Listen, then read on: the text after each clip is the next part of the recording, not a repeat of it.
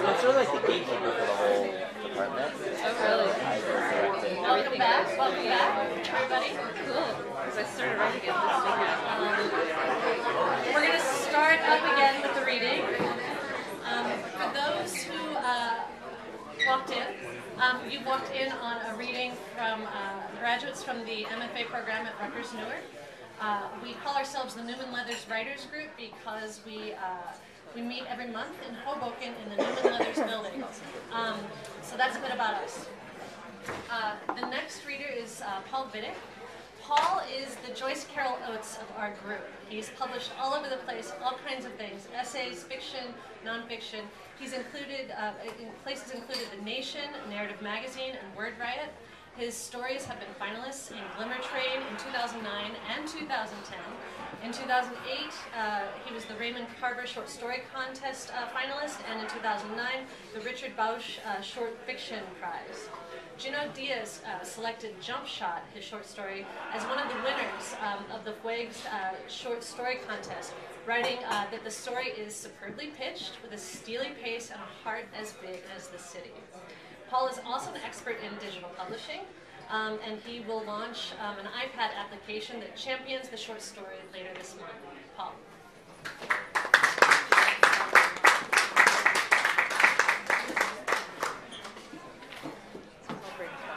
Thank you, Amy. And thank you all for coming. Writers, it's sort of a lonely experience, and so we seek all the support we can get, because we need all the support we can get. And thank you very much for the other writers here. I'm going to read a story which is called The Tao of Parenting, and it's about responsibility and regret, and I'm only going to read half of it.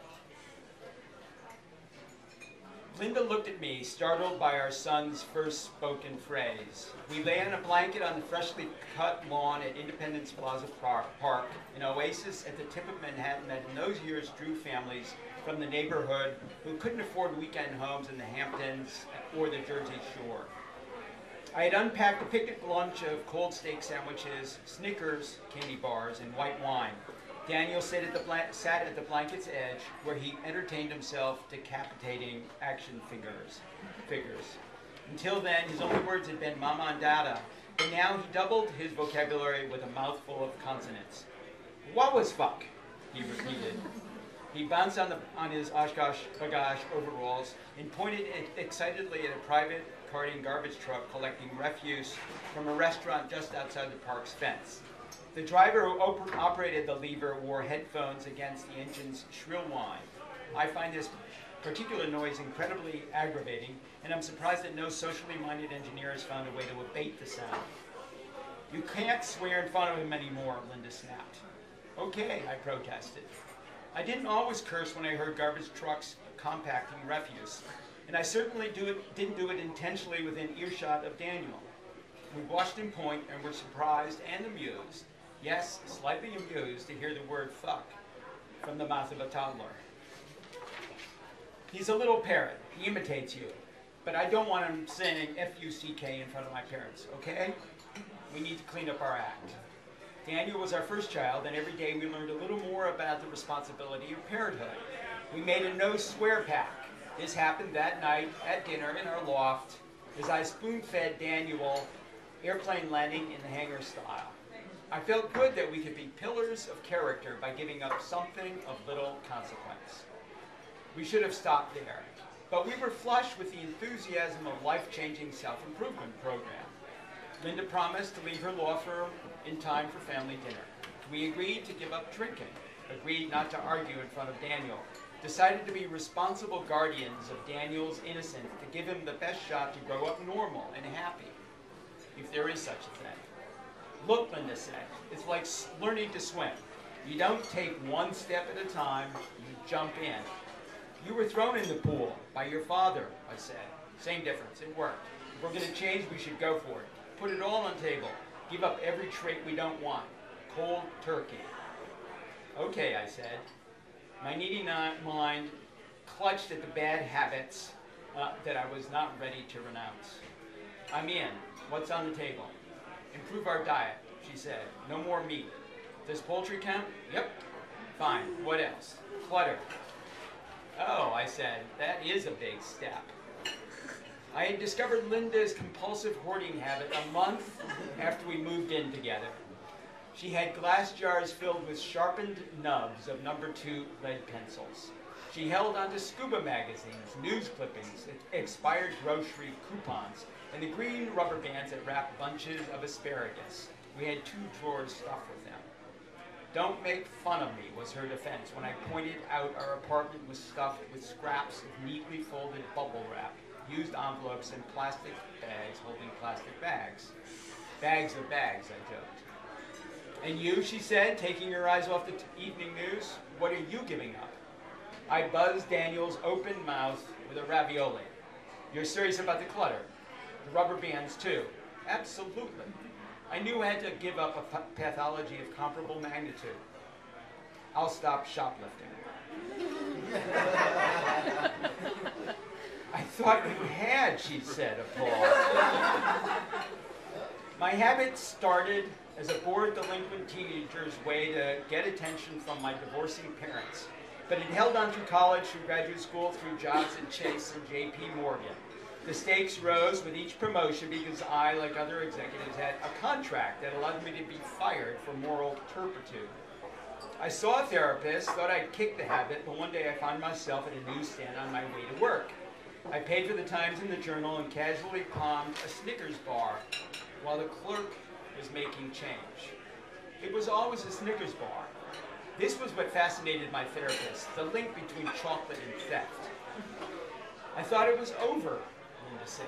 We spent $9,000 on that problem. I stopped everything but Snickers. It's not even a misdemeanor. David, this is serious. Don't joke. I thought it was over. It is serious. That's why it's on the table with your clutter, dear. I hoped that she would ignore my sarcasm, and she did.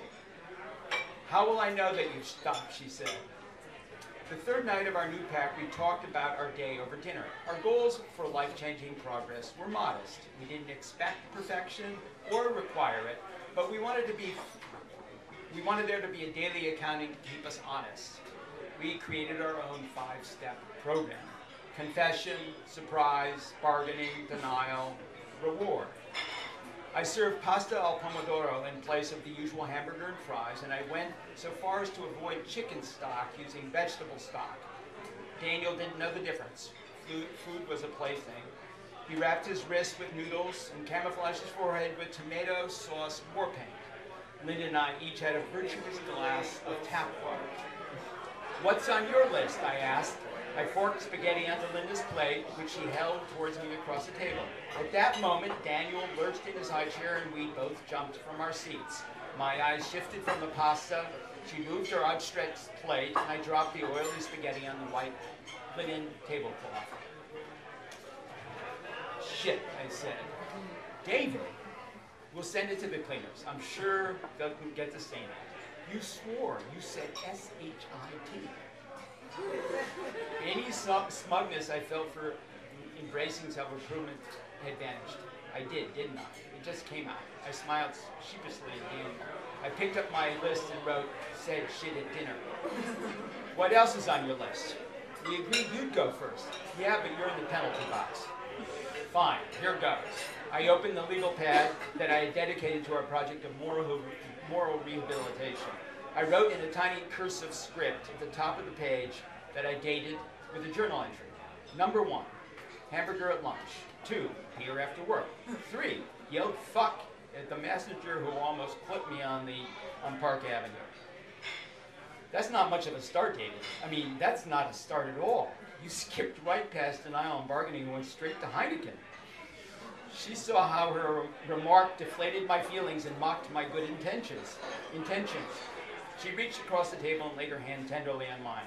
You listed them. That's the important thing. You were mindful. I really appreciated her ability to characterize my lapses in a positive light. It's not easy being me, I said. Did you take anything?